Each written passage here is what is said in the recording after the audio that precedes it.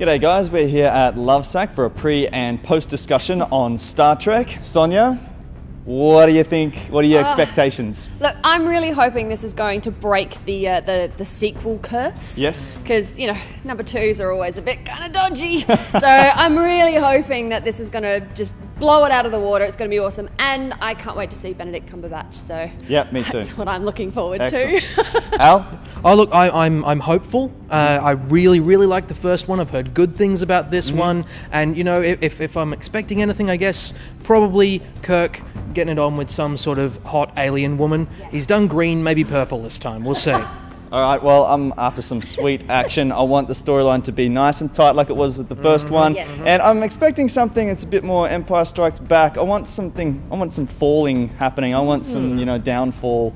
Yeah, that's what I want. That's what I'm expecting anyway. So see what happens. We'll be back soon. I will make you answer for what you did. You have no idea what you have done. I will walk over your cold corpses.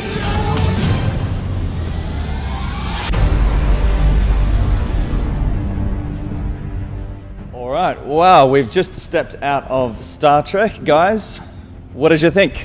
Look, I loved it. I had such a good time with this. It was engaging, it was entertaining, there was enough action to kind of make it really exciting. Yes. But that was also kind of, there's a lot of pathos and there was a lot of character development and which really was a nice blend of both sides. So yeah. I still reeling. I loved it. Awesome. Yeah. Al? Yeah, look, I think this might be one of those that I actually go back to see again in the cinema. Yeah. Although maybe not in the 3D. I've never been a huge 3D fan. Yep. But amazing film. Just so well plotted. It moves along at such an amazing pace. Yeah. But you still feel like all the important things are getting hit. There's the character development, there's the interaction between people, and there's amazing action set pieces that still feel like the focus is on the actors and not on the special effects. The special effects are supporting the act. It was brilliant. Yeah, well, you guys have pretty much said it all, really. I totally agree. The storytelling is just fantastic. Yeah. You're not really aware of anything, and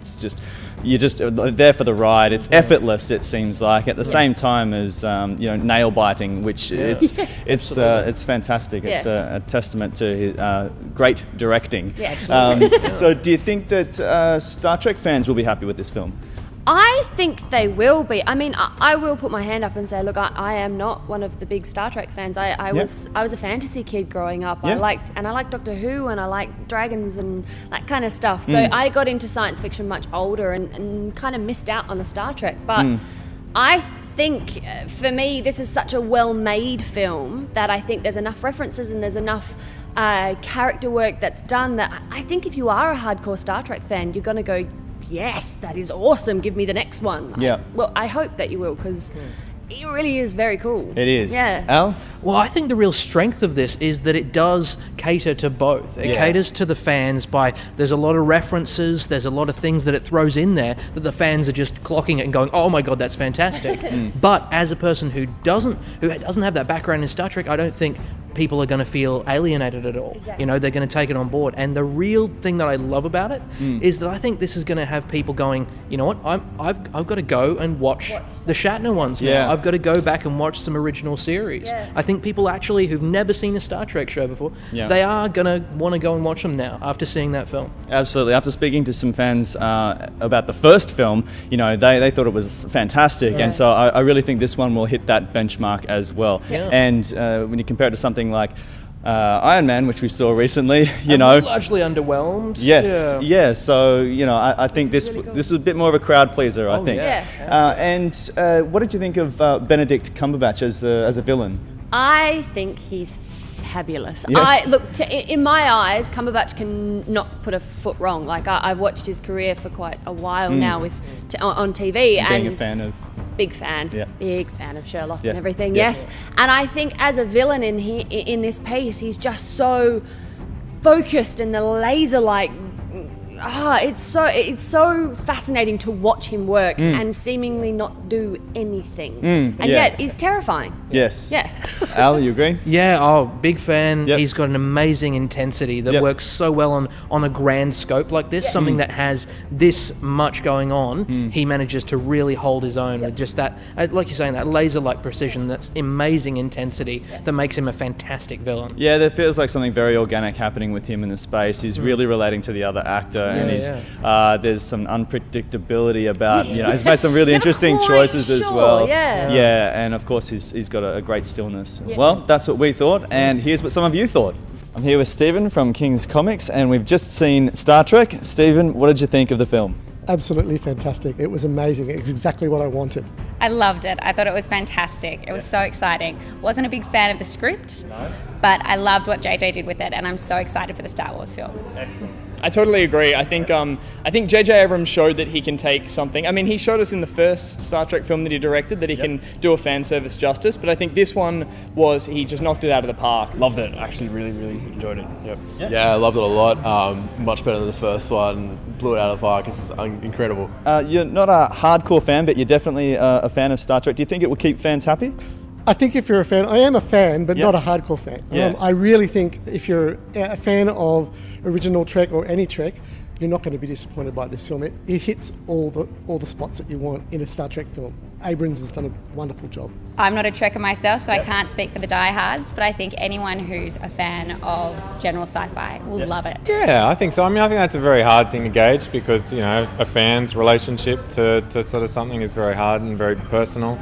But yeah, I've enjoyed a lot of the sort of previous Star Trek films, and I had a good time. I think as well, I noticed so many references in there to sort of things, popular culture references from Star Trek that I recognised. So I think there must be so many more that the diehard fans would have picked up on that I missed. So I'm definitely going to rewatch it again and see if I can pick up on any of the things that I missed the first time. And do you think that Benedict Cumberbatch did an excellent job as a villain, or? He was great as a villain. He really had that acting ability to really bring a lot of reality and intensity to the role, and it's a pretty big role. It is, and yet he can bring you back into the character, and I thought that was spectacular. You really had a sense of menace when he was around, and you didn't quite know where it was going to go, but he had you on the edge of your seat. He was the best villain I've ever watched, but I love him in every role.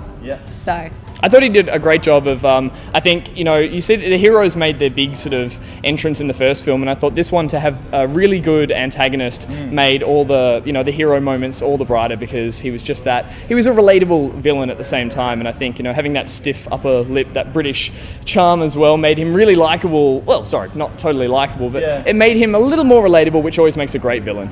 I think he did an awesome job. I love him in Sherlock, and I think he translates really well into this character. He's really intelligent and plays his part really well. So loved it. Yeah, he's incredible. He's a complete badass. It's so awesome. Do you think that those who haven't seen Star Trek should do a little bit of homework, because there's a fair bit of references in there, for the other generations and films and series. So do you think they should do some homework, or do you think they'll still enjoy it regardless? I think they'll like it.